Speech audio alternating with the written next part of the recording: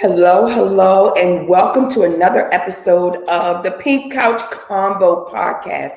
I am your host, Elena Watkins, and you guys know whenever you tune in and join me on the Pink Couch, you know it's always going to be a what? Real, raw, and relevant. And so, of course, I have sitting next to me my beautiful guest, because she actually came in and sat on the Pink Couch. I love it. Dr. LaKeita Carter. She is phenomenal. We shared the stage probably 10 months ago or so for the very first time. March 24 and March then March 25. Oh my gosh, listen. And can I tell you, the energy was phenomenal. And I just said to her, I got to get you on the Pink Couch. We got to do this And here again. Here she is. So, Dr. Carter, welcome. Welcome to the couch. Welcome to the Pink Couch Convo. Thank you. And we're taping this for two reasons. It's Menopause May, and it's also Mental Wellness Month, right? Or Mental Health Month, as some people tend to refer to it. And if you know anything about menopause, and if you know anything about what I've been sharing as it relates to menopause, the impact outside of the hot flashes, y'all, okay? Outside of the hot flashes, it does a number on your mental wellness. Yes, absolutely. So let's start there. So when we were on the stage together, the audience was overwhelmed, I felt like, with the impact of just menopause. Yes. But what were some of the things you felt like needed a part two, why we needed to sit down? What were some of the things that you felt like the ladies were sharing? Because they kind of got real raw towards the end. They felt comfortable enough to share, which tends to happen after, you break down the barriers of what this is. I would say what needed a part two was sleep. Mm-hmm. The impact that sleep has on them, or the perimenopause symptoms impacting their sleep, and then what that sleep then does to their brains and bodies as they're trying to still navigate life, sex. Yes. Oh, so she doing all the S's, y'all. She started with the sleep and the sex. I mean, she just went right in. Okay, can we take this one bite at a time real quick? You asked. Okay, yeah, I did, didn't I? Okay, yeah, okay. So let's put a pin in the sleep. Okay. So what happens when sleep is impacted and we don't get enough sleep? Right? We know it, but we need we need her to tell us. Sleep. Mm-hmm. Okay, so sleep is a requirement. And I think that's one of the things that women miss, is that we go through this process where we learn to self-abandon for our loved ones. And we call it sacrifice. We call it motherhood. We call it being a wife. We call it being a Proverbs 31 woman. Oh, yeah. We are a Proverbs 31 woman, and that means that we come last. And so the problem with that, one of the things I like to share with women is never light yourself on fire in order to keep someone else warm. Y'all heard that? Hashtag never light yourself on fire. And we talk about the hot flash fire. We're talking about light yourself on fire, literally, by doing all the things that she just you can't. described. So you can't self-sacrifice so much before it becomes self-abandonment. Right. And so sleep is one of those things that we easily toss. Right. We didn't get enough work done during the day. Or we were running around with kids during the day, but we still have to iron our clothes for the next day, and we still have to wash our hair, and we still have to send 2 emails. So when do we do those things? We do those things after everybody's gone to bed. Like 11, 12, 1, 2, 3. Yes. Because that's the name. Encroach into our sleep, and you encroach into your sleep, which is encroaching into your next day.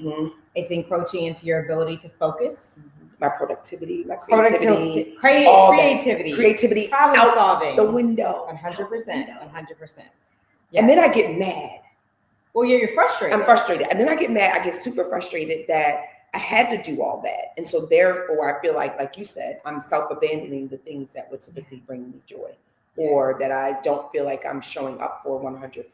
Or the things that you need to be a better woman, right? Like you need sleep. You also need self-care, right? And so you abandon those things because everybody else needs, to go on that field trip, and they need lunches, and they need soccer uniforms need to be ordered, and yearbooks need to be ordered, right? Like it's all the things. Oh, I know y'all are out there like it's everything. Get off my toes. She's stepping on my toes. She's talking to me. There's actually a name for it. It's called revenge bedtime procrastination. Ooh. It's when revenge bedtime procrastination. Yes. It's when you, in order to get control over your day, you stay up later. You've done everything for everyone else, and you stay up later to get. So it's almost like you're getting revenge on your uncontrollable day by taking control in the evening. Only you then create a space where the next day you have less control, because now you're dealing with brain fog, which is a mental health symptom of lack of sleep. You're dealing with lack of concentration, inability to be creative, problem solve, organize yourself, initiate a plan, all of that. Motivate yourself. Comment if that is you. Comment if you could see yourself in that description that she just gave, because I honestly see myself in that. Just last night, I stayed up because I had a very long day. Wednesdays are always long for me. So there's my husband. He's laying down over there, snug in the rug and the bug, bug, whatever you want to say. I just want to be well. Meanwhile, I'm over there tiptoeing around so I don't wake him up, getting stuff done. And I was like, why? But I also know that I did have time throughout the day, because when I sat there, it was about close to 1. And I said, why are you not done with this? Why is it 1 o'clock and you're finding your mojo now to do this? When I truly had all day to do it. Tuesday, I said, okay, Tuesday's my day to be home to get Wednesday ready. So I shouldn't have had to. So then I get frustrated because I felt like I didn't take advantage of the time that I had. You poorly used it. I poorly used it. Probably not. Or did I just say, I just want to relax. I just want to. Yeah.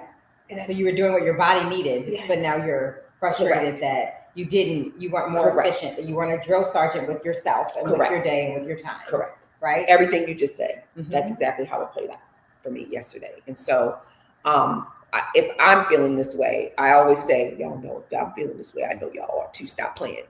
Comment and let me know if that really speaks to you. And then I also want you now to segue, before we get to the other S, I want you to segue into some ways in which we can be better about that. Now, I will say that I am probably 80% better than what I used to be during my perimenopausal phase. So I finally realized that I needed to create this wind down window before I went to bed. I needed to prepare myself that it's time to get your leave and stop whatever you didn't do. It's going to be there when you wake up tomorrow. So give us some tips on better either management or better sleep hygiene. Yep. And so actually that was going to be my suggestion. I love the wind down window. What I would have said is, and certainly not as a fancy of a way, but create a bedtime routine. Okay. This is something that we use with infants to sleep train them. We create a bedtime routine so that because they can't speak our language, right? You have a 3-month-old and you want to get them on a schedule, right? So it's time for bed is not computing for them, right? Time to go to bed. Right. So what we do in sleep training is that we create a routine for them so that their brain will start to tell them, oh, it's time for bed. And when we do that routine enough and enough and enough, then eventually they start to recognize that these things equal or lead up to going to bed, right? Okay. And we are trained in all walks of life, right? When the light is yellow, we are trained that it's about to turn red. So we are off the gas. That's training. We're preparing to go from gas to right. Correct. Okay, and when there is a bell, in school, we are preparing to move to the next class. That's training, right? Right. So we're trained in a number of ways. So this is no different. Make a bedtime routine. Your bedtime routine can be anything that you want, and everybody's will be different. Everybody's will be different. Some people might read. And when I say a routine, I mean a series of things, not one thing, a series of things. Some people might read and they might take a shower and then they might lotion down and listen to music. Other people might do a crossword puzzle and then meditate and do some yoga. Whatever it is for you, you have to find what relaxes you. And once you find what relaxes you, put it into a routine that you do every night. It takes 21 days to make a habit. So what I tell my patients is do it for 30 days and your brain and your body will get used to expecting it. And that will help you bed down. It will help you. Keep in mind, you cannot will yourself to sleep. You cannot will yourself to sleep. Y'all heard that? Turn up the volume. You cannot will yourself to sleep. Your brain has to Which get is to what a the majority point. of us tend to want to do. You can't. Your brain has to get to a certain point, a certain threshold before it will slip into sleep. So, but what you can do is train it to be triggered by certain things. Okay. Yeah. I like that. And I think for the longest time, again, not realizing that I was in perimenopause, that's what I was trying to do because I could not understand what that disruption was coming from. It's very frustrating. And the other thing I tend to see with a lot of my clients is this, and we as women, and again, this isn't to say that it's bad, it isn't to say that we're, not effective or efficient, but we're very good at this. We'll say, I can't do this because we're very good at matchmaking. We will identify what we're experiencing with something else that's going on, right? We'll say, I'm not getting enough rest because I'm planning for this big event. My child's graduating. As soon as that's over, I'll be. Yep. We are good at just matchmaking, or I would call it excuse making. Yes, excuse making, right? I sugarcoated it, okay? I sugarcoated it for the people. Okay, sis, I sugarcoated it for the people, but it's so true. And during this time of perimenopause or postmenopause, I want you all to really be more astute of what you're experiencing and understand and know that there's likely a hormonal reason for why you're experiencing what you're experiencing. And so we have to not explain these things away or excuse these things away. Instead, we have to figure out what will work best for us so that we can be our optimal selves. And it also leads to longevity. Okay, so listen to some of the tips that Dr. Carter shared. Listen to some of the things that you've heard me say before, and just be you truly are the gauge of your menopause experience and your mental wellness experience, as they both truly go hand in hand. Now, keep in mind though, also that sleep, when we get poor sleep, it increases our anxiety. So that's the mental health connection, right? And then we're worried. Then we're wondering, why am I so edgy today? Why am I so irritated? Why is everything bothering me? Well, your lack of sleep actually increases anxiety. So there's another mental health symptom. Yes, that was what it was when we were on stage. It was someone that was talking about their anxiety and their inability to sleep. And I think you connected the dots. Yes. How are you sleeping? Yeah. Yes, that's what it was. So 18 to 65-year-olds need, according to sleep studies, they need 7 to 9 hours of sleep a night. Yeah. It's 7 to 9. 7 to 9. Not 6. Not 6. Because we tend to say, you mean an hour left? Nope. Hour. We won't play around with that little window. And then the other part of it that I think that really drove it home for her was right after that, I think I asked the question and said, do you wake up tired? Yes. If you feel like you get the 7 to 8 hours or you're in that 6 to 9 window.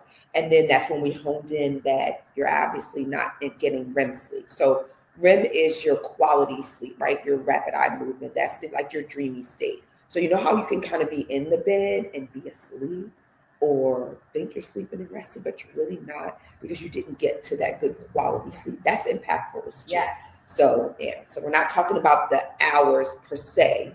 It's quality. Right. It's like food. I say all the time, sex and sleeping and food are very similar. You can eat, but are you eating healthy? Correct. Now y'all see she keep on. Okay, I'm just saying. Here. Okay, so now we're gonna go ahead on and move on into this because I feel like my sister over here is about to drop some nuggets for you. Okay, so if you need to, go get you a glass of water, get you some glass of something a little bit stronger, a little bit, whatever's gonna get you there. Because we're getting ready to segue from sleep to sex. Now, sex could be impacting the sleep. I'm just saying you could be doing more of that and less sleeping, but we're gonna see. So let's talk about this sex portion of it. Okay. So, by the way, my clinical specialties are sexual health and wellness and relationships and intimacy and love. Yeah, because we didn't do all that in the beginning, did we? We just talked about you. We just was like, we just want to talk. Yeah, we didn't even say what her specialty was. So now you can tell that that's what her specialty is. She's like, listen, I want to talk about what I do. Yeah, this is what I do. This is it. This is it. I want to get there. All right, so we're there. We're here. All right, so y'all drop sex in the comment. Just sex, and we're gonna see where it leads. Let's just say sex. Yeah, girl, sex. Okay, so during perimenopause, okay, we all know that the big E is impacted. E being estrogen, estradiol in particular. As a result of that, it does impact your libido. Libido. Yes. And your vaginal changes that are taking place oftentimes may lead to, a bit of thickening and some dryness. So that plays into our sexual. Yes. And now I'm gonna just punt it right on over to you. So, I mean, women in perimenopause talk about all the time. There are extremes. I hear extremes. I hear vaginal dryness, and I have no interest. I would rather clip my toenails, than and make a bleed. I mean, clip them down to the white meat, if you will. I'd rather clean pig feet. I'd rather clean some chitterlings than have sex right now. Like I hear that, and then I hear, oh my God, I cannot. Like there is not enough time in the world for me. I'm ready. Humping like a rabbit. Yeah, like I just can't get it. It's like it's very extreme. It's very extreme. So it can be difficult because, of course, every woman wants what they don't have, right? So the women who have the vaginal dryness, and with that comes pain during sex a lot of times. Women who have that are like, oh, I would kill to not have this. And my husband, my partner, whoever, they would also love it if I didn't have this. And then the women who are have the high sex drive during their perimenopause are just like, I need to get something else done. Yeah, like, ooh, what is this? Ooh. But none of their partners are complaining. I can assure you of that. If anything, actually, what I hear from women who have high sex drives, high libido during perimenopause, if they are single, is that they need options. Hence, so they need options. If any men are listening to them, they need options. So don't sleep on those women that's in perimenopause. Okay? Absolutely not. So it does happen. I think, again, just like with anything, it can be so frustrating for women. And what I say is, do not suffer in silence, and definitely don't feel as though that there's something wrong with you because you're feeling this way, or maybe you're in a room like, here, if you were here with us having this conversation, and I may be talking about how my sex drive is here, and, and you're feeling like, well, wait a minute, I'm not having that same experience. There's not anything wrong with you. Remember, I say it's your menopausal experience, right? And so let's figure out what you have going on. Maybe it's, again, your decrease in estrogen, your increase in progesterone. Maybe we just need to balance your hormones, various foods that you can take, various supplements that are out there. So no one will know if you're not being vocal about what you're experiencing. Yes, your doctor, your psychologist, nobody will be able to help you with your problem unless when we ask you what are your symptoms, I want you to say everything, even if you don't think it's related, because there are many, many sleeper symptoms associated with a perimenopause, and many sleeper symptoms associated with mental health, mental illnesses. Yeah, right. There are symptoms that a patient will tell me, and I'll be like, yeah, that's associated with depression. Really? Yeah. That's what that is. And they have no idea, because again, you're not saying everything. So that's why I said the smallest. Even if you say, my hair is thinning, I can't concentrate, my underarms are now smelling, so that's body odor. And my ear itches. Tingling in my hands and feet. You see how none of that seems like it's connected to anything. Yeah. Right? It is. It is. You see, it is. And so it's so important for you to journal, be vocal, and then express how you're feeling, right? So that, again, your psychologist, your primary care, your GYN will be able to kind of connect those dots for you. Because the other part of that, between the sleep and the sex, is the psychological impact, I think, for women, because they're seeing these things happen, or they're feeling these things occur to them, right? So there's a psychological and a physiological piece that just kind of seems like it's a storm that can erupt when you're going through this perimenopause.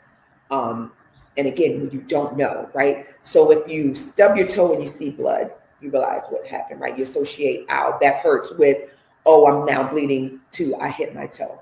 When you're going through perimenopause and you go through some of those symptoms that we just talked about, right? Those experiences of the hair thinning, the tingling, the ear itching, the metallic taste, like all of that, you're not putting that together. You're not thinking that, check, check, check. This is related to perimenopause. That's our job. Yeah.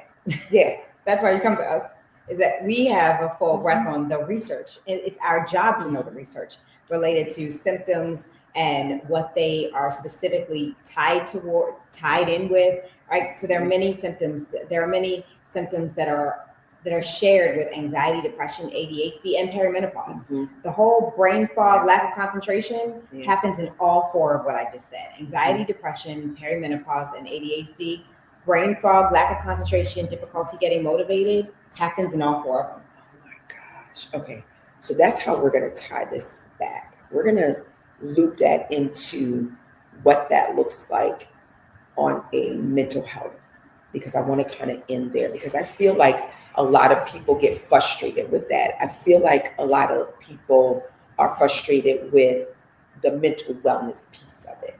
So share with us what you just did, the mental health, the mental wellness, like all that.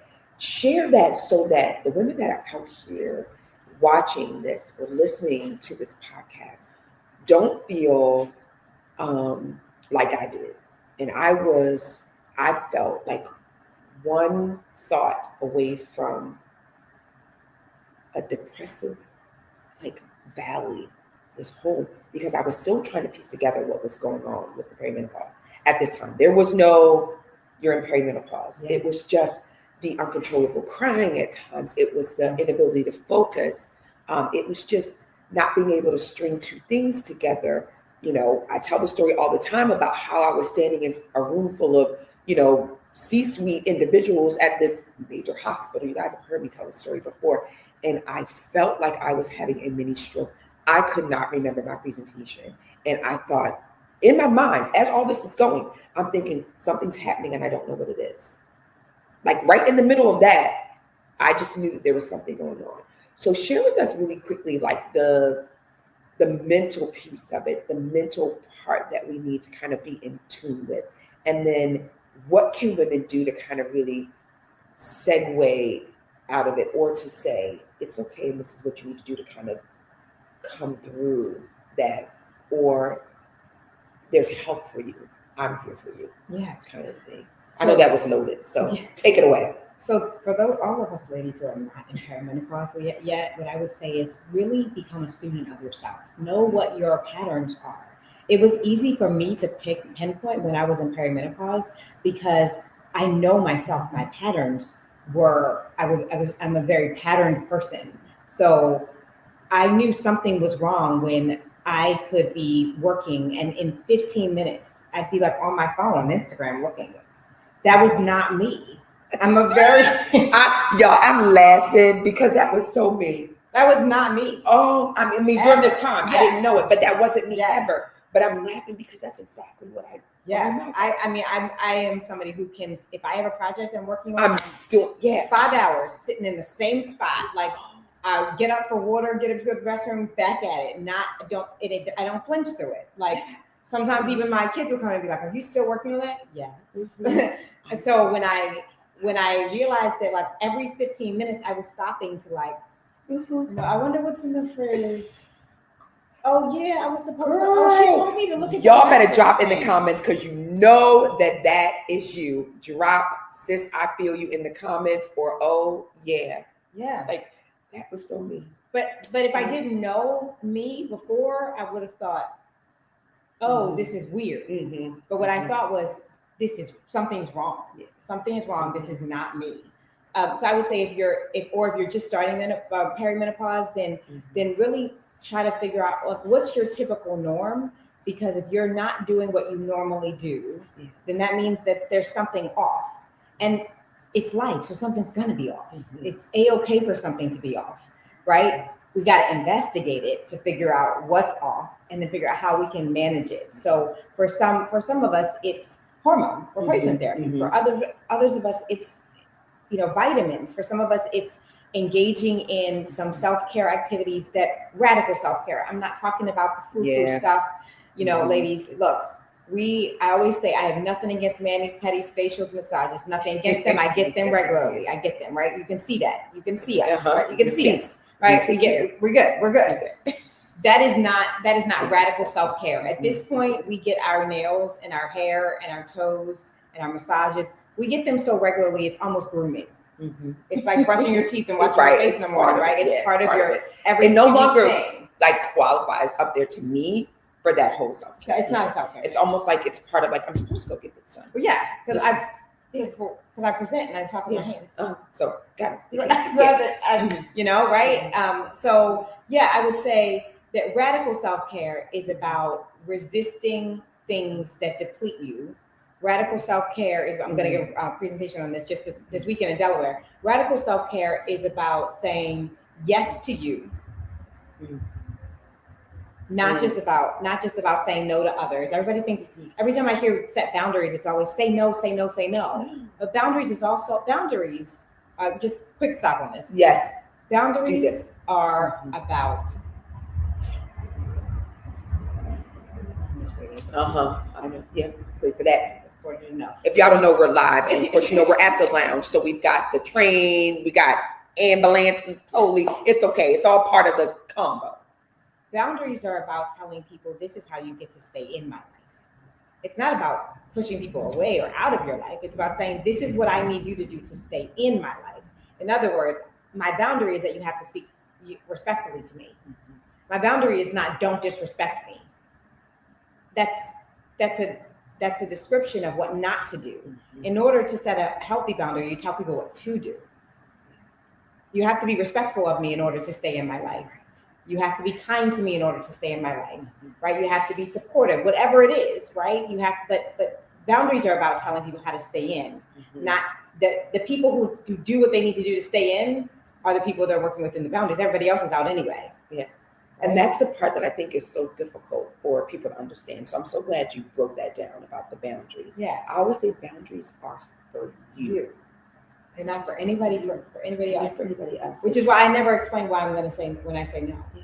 I don't say, well, no, because I have. Yeah. And the reason I don't explain no because I have, I don't say no because I have basketball, no because I have soccer game for my kid. No, I don't say that because I never explain when I say yes.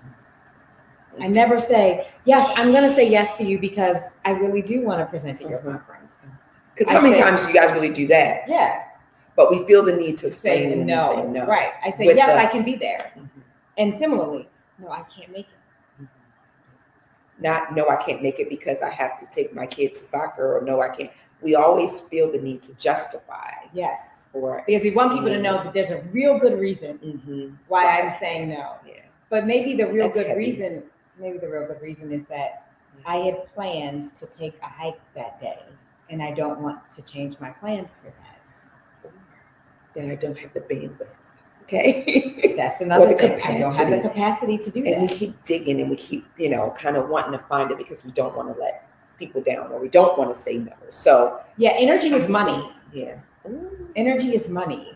And we get so caught up on the physical money, right? But energy is money. So do I have it to spend? We try to practice not overdrafting our accounts, right?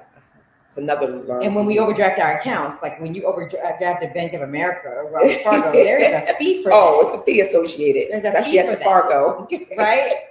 There's a fee for that. But when we overdraft our energy account, we assume that, okay, well, more energy will just be made. But just like more money isn't made in your bank account, more energy isn't made in your energy account. You have to wait for yourself to power up again. Absolutely. Right? And there's a fee associated. And there's a fee associated. Right? And so when we deplete ourselves, there's a fee, there's a cost to that. There's a cost to us doing that. Yeah. Right? When we over deplete ourselves. It's like the overdraft, there's a cost. Even if the money is there, they charge you, even if they have to take it out of one account and put it in the other to cover that thing. They're charging you for doing the wrong thing. You should have known how much was in your account and not spent, right? Even if you know that there's something else in another account, right? It's not in this account and you spent in this account, right? Yet we don't do that with energy. We spend down to zero or negative, And then we say, I wonder why I wake up tired every day. I wonder why I'm so irritable with everybody. Or I wonder why people keep asking me, am I okay? Of course I'm okay. I'm fine. Right? Absolutely. You overdrafted. Yeah. You overdrafted. You stayed in that ozone that we talk about a lot, right? We overextend ourselves, you overdraft, you overcommit, right? That ozone. We as women, we are so good with staying there. You want to know why? It's because a lot of times we measure ourselves, our worth based on how busy we are and how much we show up for others, right? But I want to do you better. Your superpower and your worth is tied to your ability to be radical about your self-care, to show up for you, and to teach people how to respect that about you. I can tell you things shifted in my household. My kids are gone now, okay? We're empty nesters, but when they were younger, one had to be at baseball, one had to be cheerleading, one had to be here. Oh my God. I'm in it. You're in the thick of it, aren't you? She's in the thick of it. It was finally when I said to them, in order for me to be that cheer mom, be that loud baseball mom on the sidelines, I have to be accountable to myself and show up for myself. So don't wait till the last minute to tell me things. Look for other, friends that can take you to these extra practices that your coach adds on. Like all of these things, consider me and your dad throughout this process, but mainly me. Consider me throughout this. And so when we teach them that, they then come to you and say, oh, coach put an extra practice on, but don't worry about it. I got, such and such mom will take me. Such and such Josh's mom is going to take me or whatever, right? Because they heard me say earlier in the week that I have a speaking engagement on Saturday. But they also heard you say, for their future selves, I have to take care of me. Absolutely. Like the rule now for my house is you can do one sport a season. We can't do basketball and swimming in the same season. Like we have to do one a season because I have 4 children. Yeah. Oh. 15, 13, 7, and 6. Yeah. 15, 13, 7, and 6. Yeah. So everybody's doing their stuff. I missed that. Wait a minute. Hold on, y'all. Put a pin in it. 4, not 2. This whole time I was thinking you had 2. No, 15, 13, 7, and 6. Because a 15-year-old, okay, when he was 15, I saw it. I have one every 2. I have one in high school, one in middle school, 2 in elementary school. Yeah. And everybody's on, baseball, basketball, 3 basketball teams. 3 basketball teams. So again, y'all, her Instagram is Dr. LaKeita. If you want to send her a love offering, girl, take care of you. A hey, girl, hey, sis, we thinking about you. Any of that, look right. Yeah. So I mean, and then drama rehearsal at church, right? Shout out to the most powerful place on the planet, Empowerment Temple. Drama rehearsal at church, children's choir at church, Bible study. Yeah, it's all of it. All of it. Yeah. So and at a certain point, it's like, nope, we can't do that. We got to do this. Mm-hmm. My kid, one of my sons plays for AAU, so that's travel. Oh, that's travel. That's what I'm saying. Yeah, that's Hollywood travel. Mm-hmm. Which also leads to my Mm-hmm. So Dr. LaKeita on Instagram, guys. Send us some prayers, some emojis, some thoughts, whatever you feel.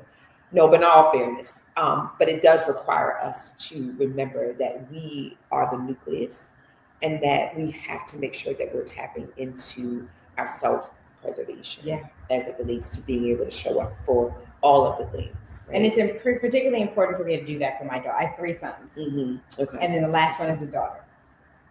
It's particularly important. She is watching, and women, particularly Black women, but women have been socialized to do, we're back full circle, to do that self-sacrifice thing. Yeah. Where it's like everybody's taken care of. And then, in fact, the research shows that the man in your life, like let's say your father, the person who takes care of him when he gets sick is who?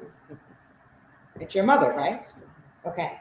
And what if your mother's not around? Either they're divorced or she's deceased. Right. Who's the next person in line? The daughter. Yep. But here's the really interesting part about the research. If the daughter is not around, deceased, not living in the States, not a good relationship, who's the next person to take care of dad? Oh, that's an interesting question. His sister? That could be one, but it's not the next person. I'm stumped. Because that's who I'm thinking about, our paradigm. Right. Or makeup of our family. If it was dad, then it would be his sister. But who's the daughter-in-law? Oh, okay. We skip right over the sun. Skip right. Yeah, that you notice I didn't even. I didn't even consider that. Didn't even consider. Skip right over the Because sun.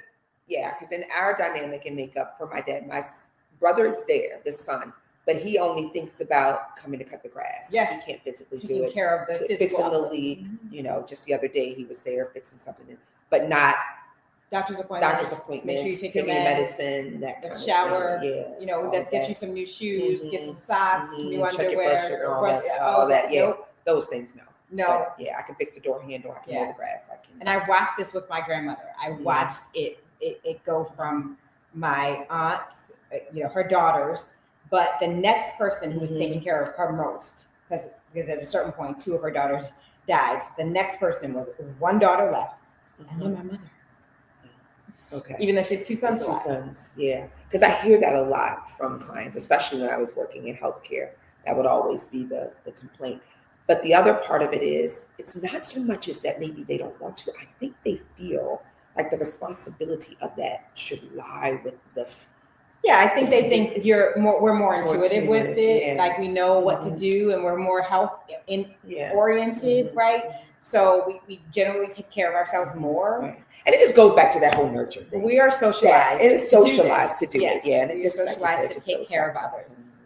But I think being able to, again, and let's just bring this home for us as we wrap up today's Pink Couch, because there'll probably be a part 3 and 4, because we just go on, and it vibes. And I think what we do is when we begin to peel away, as I like to say, the onion, right? We peel away the layers of what it looks like because we show up. As women, we just do it. We do it so well. I think that we need to be okay with normalizing what's occurring.